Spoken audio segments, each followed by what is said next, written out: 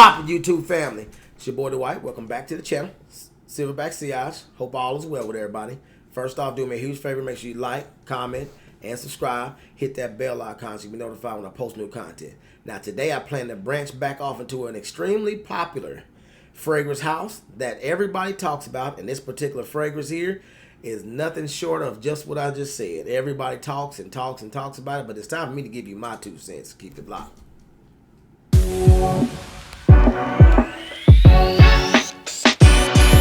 Well, tonight I'm actually going to branch back off into the popular house of Louis Vuitton. And this is probably their most talked about fragrance that I hear from every reviewer, whether it's good feedback, bad feedback, or indifferent. And everybody just talks about it. So I'm here with imagination. Let's give her a spray first, and then let's give her the breakdown here. Okay. A couple of good sprays there. Don't want to run down there.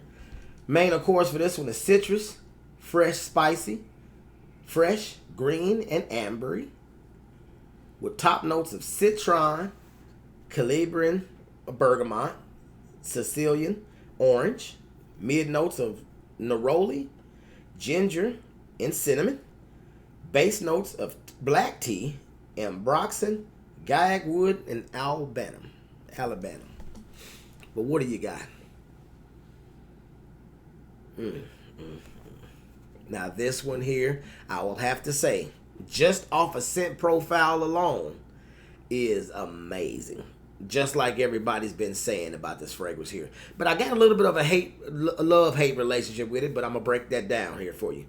When I first smelled this, walking in a Louis Vuitton store in Jacksonville, I sprayed it on my hand, but you know how when the salespeople give you their version of a quick little spritz, they do just that. They want to hold the bottle 3 miles away from you, spray it in the air, hope it fall on your skin.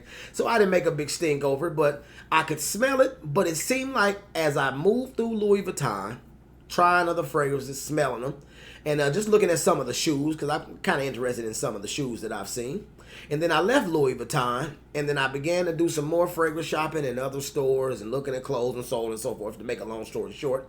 And it seemed like in about 45 minutes to no more than an hour and 15 minutes, this fragrance was gone. Now, for me, Louis Vuitton fragrances aren't on discounters. Let's start there. The fresher fragrances, from what I know, are around that $320 to $340 price range. And then when you get to Ombre Nomade and some of the heavier scents, they can be upwards to $450 to $500 for the 100 ml bottles. Now, for me, that is ridiculous. I've smelled a few Louis Vuitton fragrances at this point, and none of them to me are worth more than about $250. That's pushing it. But these fresher fragrances, to me, if they were about $200, I'd probably have just about all of them in my collection. But for $320 to $340 just for the freshies, and north of $400 for the heavier scents, Louis Vuitton ought to be ashamed of themselves. Now, with that being said, I got a chance to test imagination a few more times since then, and now I even have me a sample that I'm working with here, as you can see. And I realized this fragrance seemed like it was like night and day. When I got a chance to spray it with my regular spray routine and test this thing out, I got about 6-7 hours out of it. Easy. 6 hours for sure. It pushed off the skin pretty good, having that tea / freshness from the fruits. And a little bit of that Ceylon cinnamon in the background, pumping off the skin. So I'd have to say that quickly changed my mind on the actual scent profile. But it did not change my mind on the pricing for this fragrance right here. To me, this fragrance right here shouldn't be no more than $250, more like $200. And at that price point, I would already have a bottle. But when I initially smelled it, I said, okay, this one's probably a no-go for me. Since then, my mind has changed. I've had a change of heart. I do think I'm going to get me a bottle of this one right here. Of course, I'm stuck with paying retail for it, but I don't think I'm going to pay retail for all of the collection within the Louis Vuitton family. I'm going to pick and choose. I like Lovers. I've already reviewed that one. I like this Imagination. Pacific Chill was pretty cool. Ombre Nomade is nice, but I can't see paying north of $400 for it. Type of nice. So that was probably a no-go. This one here, overall rating, I give it a strong 8. I want to give it an 8.5, but the performance on a given day can be iffy. So I'm going to leave it at an 8 because I don't want to over hype it. And then you guys run out and go spend your money at retail to get it and y'all mad at me.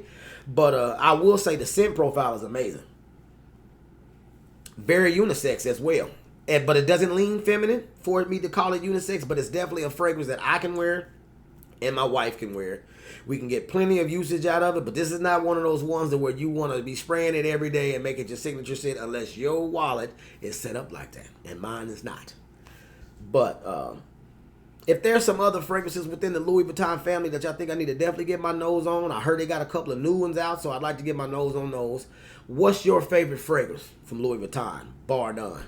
Leave that in the comments and let me know what you think. But overall, this one here gets 2 thumbs up for me. And I look forward to adding it to my collection. And if I had the bottle prior to this year's summer, sensational summer list for 2025, I actually can say it would make the list. But I don't have one yet. But other than that, that's my time. Peace.